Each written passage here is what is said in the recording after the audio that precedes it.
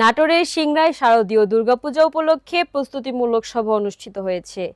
বৃহস্পতিবার 18 সেপ্টেম্বর দুপুর 12টায় উপজেলা পরিষদ মিলনায়তনে এই সভার আয়োজন করা হয়।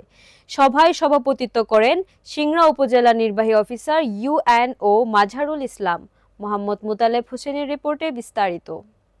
নাটোরের সিংড়ায় শারদীয় দুর্গাপূজা উপলক্ষে প্রস্তুতিমূলক সভা অনুষ্ঠিত হয়েছে। বৃহস্পতিবার 18 সেপ্টেম্বর দুপুর 12টায় উপজেলা পরিষদ মিলনায়তনে এই সভার আয়োজন করা হয়। সভায় সভাপতিত্ব করেন সিংড়া উপজেলা নির্বাহী অফিসার মাজহারুল ইসলাম। এ সময় উপস্থিত ছিলেন সিংড়া থানার ভারপ্রাপ্ত কর্মকর্তা মমিনুজ্জামান, উপজেলা প্রকল্প বাস্তবায়ন কর্মকর্তা মিঠুন কুণ্ডু, সিংড়া উপজেলা পূজা উদযাপন কমিটির সভাপতি শীতল কুমার সহ উপজেলার বিভিন্ন পূজা উদযাপন পরিষদের নেতৃবৃন্দ সহ স্থানীয় জনপ্রতিনিধিরা। সভায় শারদীয় দুর্গাপূজা শান্তিপূর্ণভাবে উদযাপনের লক্ষ্যে নিরাপত্তা ব্যবস্থা, মণ্ডপগুলোর সার্বিক সহযোগিতা ও শৃঙ্খলা বজায় রাখা সহ নানা দিক নিয়ে আলোচনা করা হয়। এবার উপজেলায় 85টি মণ্ডপে পূজা উদযাপন হবে।